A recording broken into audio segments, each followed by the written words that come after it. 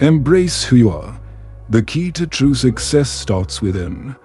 What if I told you that you're doing better than you think? That the weight you're carrying, the one filled with self-doubt, comparison, and endless expectations, isn't a reflection of your worth. We've all been there, staring at our own reflection, feeling like no matter how much we accomplish, it's never enough. But why do we tie our value to achievements, to the opinions of others, or to a future version of ourselves that feels just out of reach? This is a story about breaking free from that cycle, about a man who seemed to have it all, yet felt like he was never good enough, and the painful but powerful lessons we both learned about self-acceptance, growth, and the courage to simply be ourselves. If you've ever felt like you're running a race with no finish line, keep reading. This might just be the reminder you need today. You're doing better than you realize. Stop being so hard on yourself, I said softly to my friend as he sat across from me, his tears falling like silent rain. His voice trembled as he echoed the painful thoughts swirling in his mind. I failed her. I'm not good enough. I'll never be good enough. I searched for the right words, but sometimes, no matter how much someone achieves, they struggle to see their own worth. This was a man who had risen from nothing, building a multi-million-dollar business against all odds. He had lifted himself out of poverty, cared for his aging parents, put two siblings through college, and even helped them start their own families, all before his 40th birthday. Yet, every time I acknowledged his success, his response was always the same: not good enough, not yet. I understood that mindset all too well, growing up in an entrepreneurial family. I constantly felt like I was running a race I could never win. My performance was always measured against others. Look at so-and-so's son and how well he's doing. My father would say, each comparison carving a deeper wound. No matter how hard I pushed myself, I became fixated on the 10% I hadn't accomplished instead of celebrating the 90% I had. I was chasing an impossible standard, believing that if I didn't meet it, I was a failure. This relentless pursuit didn't just steal my joy, it clouded my vision. When I felt I wasn't competitive enough, I lost opportunities and friendships, missing the chance to collaborate and create win-win situations. I wasn't even sure why I was competing anymore. I just wanted to prove to my father that I was better than the other guy, that he was wrong about me. At first, it felt like I was moving forward, like every small win was proof that I was getting closer to being good enough. But the truth is, the negativity I was pouring into myself was far more destructive than the temporary high of each victory. Eventually, my father saw the damage too. During a heated argument, I finally snapped and said, "Why don't you go adopt one of those guys you admire so much, and I'll find a better father for myself?" The shock on his face was undeniable. It was a raw, painful response, but it came from years of feeling like I was never enough for him, always chasing an image of the perfect son. What I've learned is this: you don't have to prove your worth to anyone. Your value isn't tied to someone else's opinion or a never-ending list of achievements. The path to true success starts with embracing who you are, celebrating how far you've come, and realizing that you are already enough. I've come to realize that one of the greatest traps we fall into when we fail to value ourselves is tying our self-worth to specific goals, external validation, or the relentless expectations of others. When we do this, every shortfall feels like a personal failure.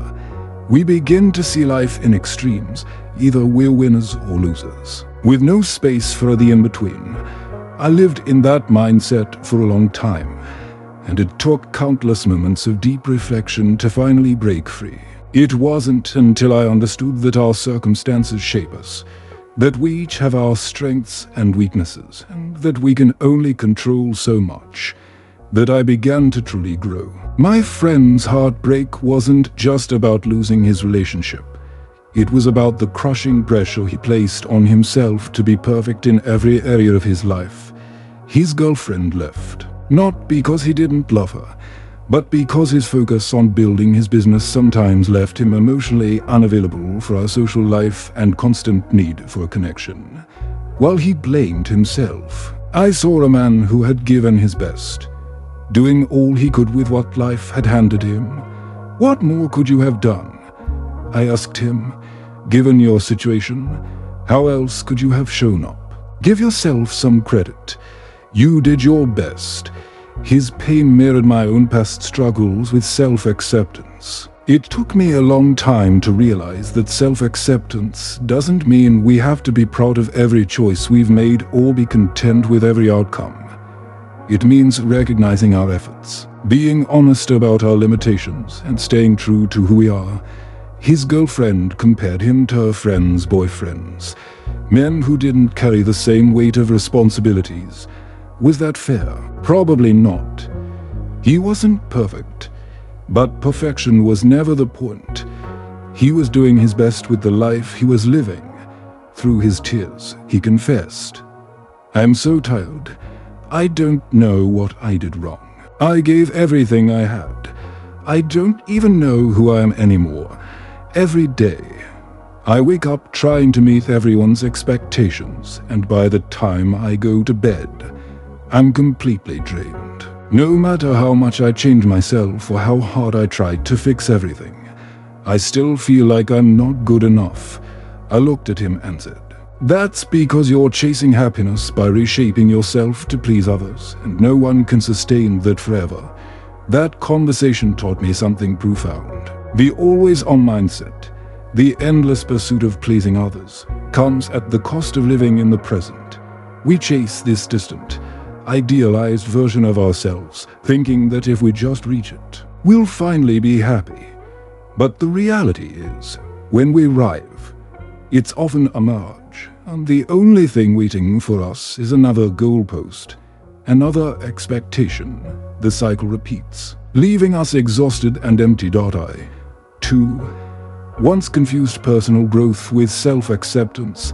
I thought progress meant pushing myself relentlessly. But I've learned that true transformation starts with embracing who you are, not denying yourself in the name of becoming someone else. Growth fueled by self-rejection leads to self-destructs. It keeps us stuck in the past, overanalyzing our failures and questioning our worth every time we fall short of someone else's standards. That night, I wished my friend could release the weight of his past, stop blaming himself, and live fully in the present. His girlfriend may have been a great person, and maybe he did fall short in some ways. But perhaps they just weren't right for each other at that point in life, and that's okay. He realizes that now, thankfully, he's shifted his approach. Instead of twisting himself into someone he's not to keep a relationship afloat, he's transparent about his life and circumstances when dating. It's liberating to be honest and find someone who accepts your reality, rather than sacrificing your core identity to win over someone who refuses to see your efforts. Self-acceptance takes courage, the bravery to face yourself without filters or excuses. It means acknowledging not only where you fall short, but also celebrating the qualities that make you unique, the kindness you offer, the strength you carry, and the light you bring to others' lives. We must remember this. We are not just fragments of good and bad parts. We are whole, complex individuals. Just like nature thrives in diversity, we too are meant to grow into the fullest versions of ourselves. An oak tree doesn't shrink itself to become a bush, nor does it stretch to become a mountain. It simply grows into its strongest, most natural form, offering shade and shelter to those around it.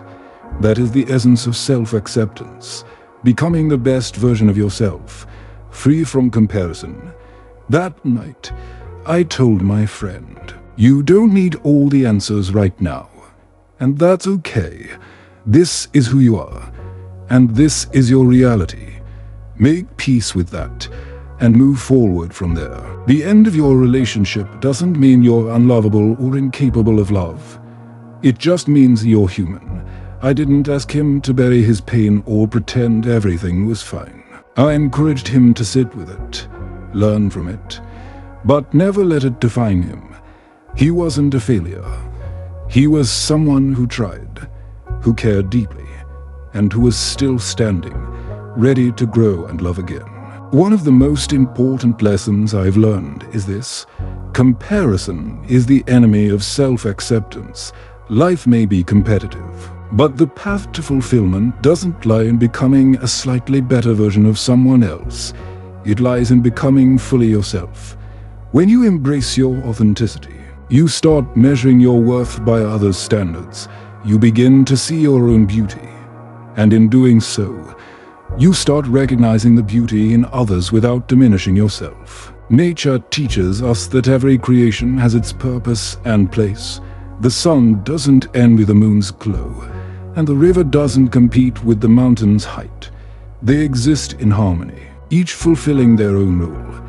When you accept yourself, you stop chasing illusions and start growing into your truest form.